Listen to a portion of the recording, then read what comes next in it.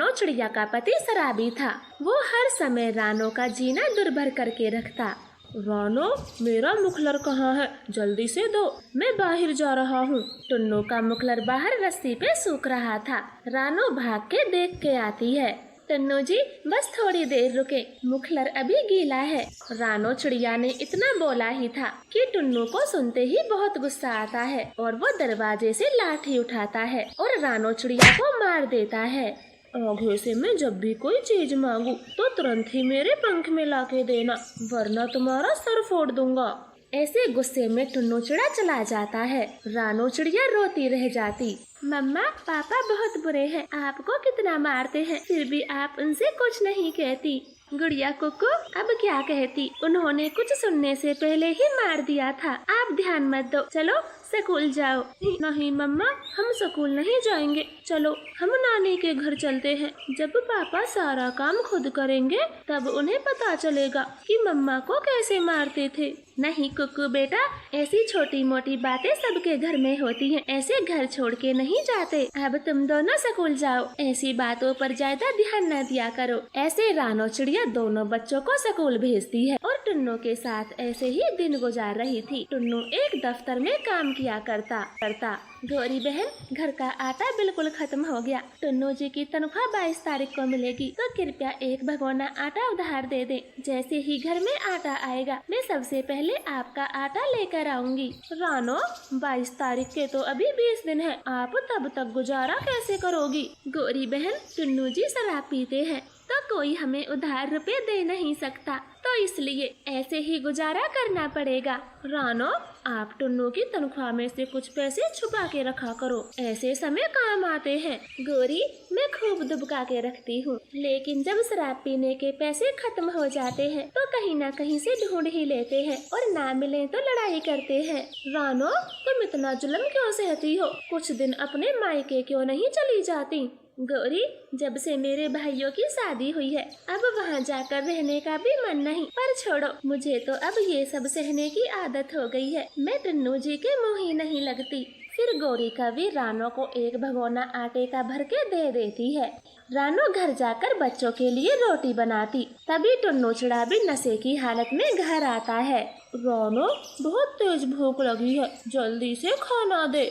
रानो तुरंत ही टुन्नू के लिए रोटियां लेने जाती। उसके पास सब्जी के पैसे नहीं थे तो मिर्ची ही बनाई थी। वो टुन्नू को जैसे ही मिर्ची रोटी देती वो तो गुस्से में आग बबूला हो जाता और रानो को चूल्हे की जली लकड़ी से मारता। मुझे सब्जी चाहिए, मिर्च तो तू ही खा। मेरे पास 1 रुपया नहीं था, आटा भी गौरी बहन से मांग कर लाई हूँ, फिर सब्जी कहाँ से बनाती? मुझसे जबान लड़ाती है, रुक तुझे तो अभी बताता हूँ। ऐसे टुन्नू चिड़ा रानो को फिर से मारता और गुस्से में घर से बाहर चला जाता।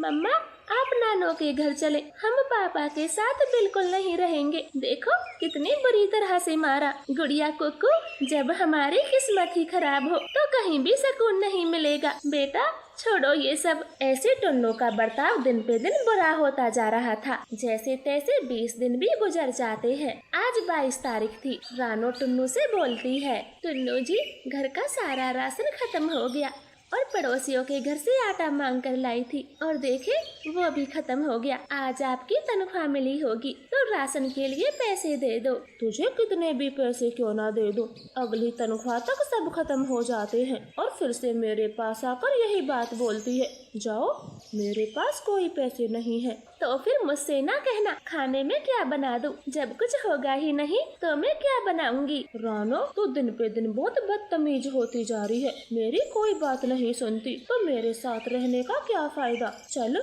मेरे घर से अभी के अभी बाहर निकल। लेकिन टुन्नू जी, मैं कहाँ जाऊंगी? आपके इतने जुल्म सहने के बाद भी मैं यहीं रुकी हूँ, तो सोचो मैं कहाँ जाऊंगी। अच्छा, तो अब मैं तुम पर जुल्म भी करने लगा। अभी के अभी मेरे घर से बाहर निकल, मैं एक पल तुझे अपने साथ नहीं रखूंगा। ऐसे टुन्नू रानो को गुस्से में घर से भगा देता है। गुड़िया और कुक्कू भी अपनी मम्मा के साथ खड़े हो जाते हैं। हम अपनी मम्मा के साथ रहेंगे, तुम्हारे साथ कभी नहीं। मम्मा, हमें अपने साथ ले चलो। हाँ हाँ जाओ, मुझे तुम्हारी जरूरत भी नहीं, काम के न काम के, दुश्मन अनाज के। ऐसे बोलकर टुन्नू दरवाजा बंद कर लेता है। रानो घर से बाहर खड़ी रो रही थी। मम्मा, आप रोना बंद करें। पापा अभी बहुत गुस्से में थे और देखो कितनी शराब पी रखी है। जब उनका नशा खत्म होगा तो वो हमें घर के अंदर ले लेंगे।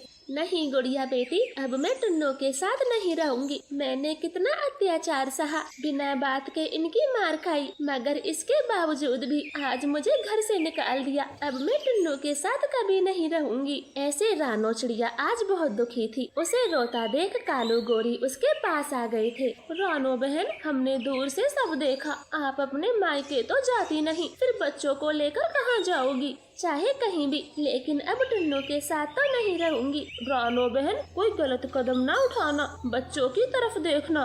नहीं कालू भैया, बच्चों की खातिर ही तो ये फैसला किया है। आखिर रोज रोज के टुन्नू के इस बर्ताव से बच्चों पर गलत असर पड़ता। ये गुस्से में टुन्नू को भला बुरा बोलते हैं और इन्हें अच्छे संस्कार भी नहीं मिल पा रहे। अब मैं चलती हूँ। ऐसे रानो चिड़िया अपने पति के घर को छोड़ देती है और किराए का घर ढूंढने लगती है, मगर सब पक्षी किराया एडवांस मांगते, जो रानो के पास नहीं थे। चलो मम्मा, हम घास का घर बनाते हैं। घास का घर भी बहुत मजबूत होता है। हाँ गुड़िया बेटी, हमें घास का ही घर बनाना होगा, क्योंकि मुझे नहीं लगता कोई हमें पक्का घर किराए पे दे भी देगा। फिर वो तीनों जंगल से घास लाते हैं और घर बनाना शुरू करते हैं। लगातार कड़ी मेहनत के बाद वो एक घास का कमरा बना लेते हैं, जो चिड़िया के परिवार के लिए काफी था। चलो बच्चों, रहने के लिए घर तो बन गया। अब मैं कोई काम धंधा ढूंढती हूँ, तुम दोनों घर में ही रहना। ऐसे रानो चिड़िया कई जगहों पर काम की बात करती और रानो को एक होटल में काम मिल जाता है। वो खाना बहुत अच्छा बनाती तो सब पक्षी उससे बहुत खुश थे। गुड़िया कुक्कू के लिए खाना भी देते। रानो के दिन तो सुकून से गुजरते। देखे मम्मा, यहाँ कितना सुकून है। घर में तो पापा हर समय लड़ाई झगड़ा करते, बेवजह आपको मारते। हाँ दीदी, अब हम पापा के पास कभी नहीं जाएंगे। ऐसे रानो चिड़िया अपने बच्चों के साथ खुशी खुशी रहती, अपने शराबी पति को छोड़कर चैन की सांस ले रही थी। आपका धन्यवाद।